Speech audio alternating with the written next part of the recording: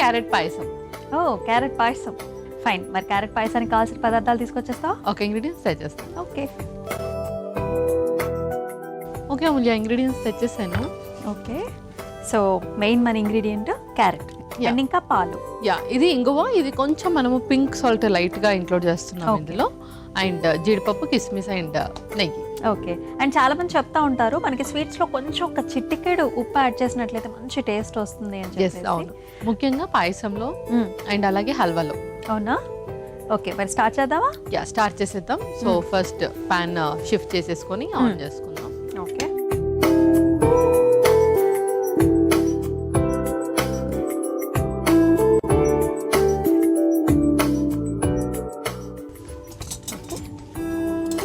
ముందుగా కొంచెం నెయ్యి,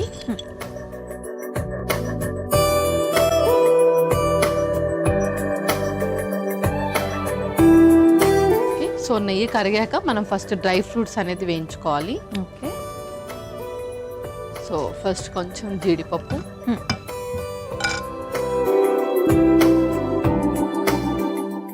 అలాగే కిస్మిస్.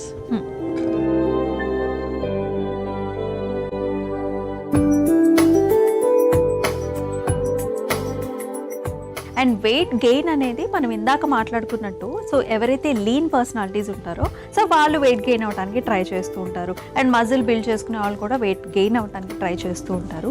ఇంకా మనకి డిసీజెస్ ఏమైనా వచ్చి తగ్గినప్పుడు అప్పుడు కూడా. ఎగ్జాక్ట్లీ. సో థైరాయిడ్ కూడా 2 టైప్స్ ఉంటుంది, హైపర్ అండ్ హైపర్. సో ఎవరికైతే హైపర్ ఉంటుందో వాళ్ళు కూడా అసలు వాళ్ళకి తెలియకుండానే వెయిట్ లాస్ అనేది అయిపోతూ ఉంటారు. అండ్ అలాగే డయాబెటిక్ పేషెంట్స్ కూడా ఫస్ట్ షుగర్ అటాక్ అయినప్పుడు అలాగే కొంతమంది వెయిట్ లాస్ అవుతూ ఉంటారు. సో వాళ్ళకి ఆ టైంలో మనం ఎంత ఇచ్చినా వెయిట్ గెయిన్ అయితే అవ్వరు. బట్ వాళ్ళని ఒక పాయింట్ వరకు తీసుకొచ్చాక, along with medications and food ఒక పాయింట్ వరకు తీసుకొచ్చాక ఆ లాస్ అయిన వెయిట్ అంతా కూడా మళ్ళీ రీగెయిన్ చేయాలంటే కూడా ఇటువంటి ఫుడ్స్ ఇవ్వచ్చు. సో వెయిట్ గెయిన్ అంటే లీన్గా ఉన్న వాళ్ళకే కాకుండా ఎవరైతే వెయిట్ లాస్ కానీ మజిల్ లాస్ కానీ అవుతుందో వాళ్ళు కూడా ఈ ఫుడ్స్ మనం ఇంట్రొడ్యూస్ చేయొచ్చు. సో మన డ్రై ఫ్రూట్స్ అయితే వేగిపోయాయి. ఇప్పుడు అది మనం ఒక బౌల్లోకి తీసేసుకుందాం. అలాగే,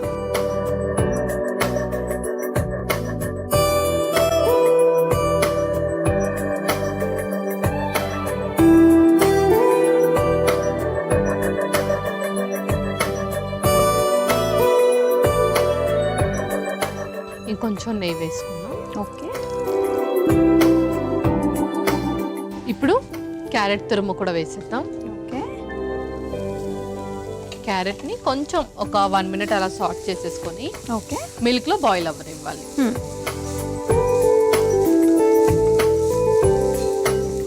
సో క్యారెట్ హల్వా మనకి చాలా ఫేమస్. అండ్ ఇది వచ్చేసి మనం క్యారెట్ పాయసం చేసుకుంటాం. అవును, మనం లాస్ట్ టైం కూడా క్యారెట్ హల్వా చేసాం, అది కూడా చాలా బాగా వచ్చింది. సో ఇప్పుడు క్యారెట్ పాయసం ఎలా ఉంటుందో చూద్దాం. తప్పకుండా. సో నెక్స్ట్ మిల్క్ కూడా వేసేద్దాము. ఓకే, సో 1 కప్ ఆఫ్ పాలు. ఎస్, అవును. ఇంకొన్ని వాటర్ కూడా వేద్దాం అందులో. ఓకే,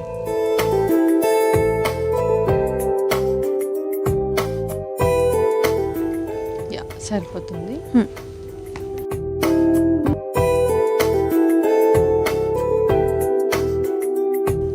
ఇంకొక స్పూన్. ఇందులో కొంచెం ఇలాచీ పౌడర్, అలాగే లైట్గా సాల్ట్, చాలా లైట్గా. ఇప్పుడు అది మనకు బాయిల్ అవ్వనివ్వాలి. ఓకే,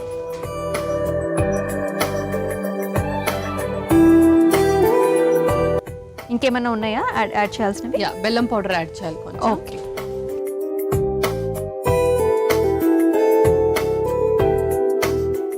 సో కొంచెం బెల్లం పౌడర్ యాడ్ చేద్దాం.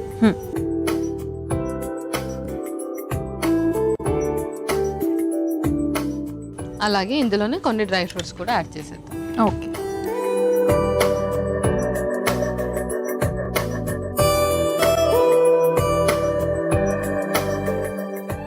సో మంచి ఫ్లేవర్ అయితే వస్తుంది పల్లవి ఆల్రెడీ. ఇంకా అయిపోయినట్టేనా పల్లవి? ఇంకా అయిపోయినట్టే, మనం స్టవ్ ఆఫ్ చేసి సర్వ్ చేసేసుకోవాలి. ఓకే,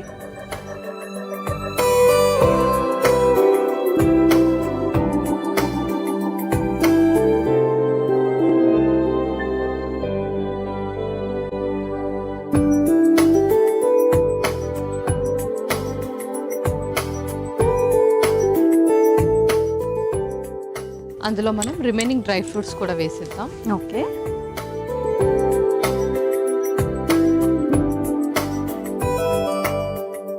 ఓకే అమూల్య, క్యారెట్ పాయసం రెడీ అయిపోయింది. ఓకే.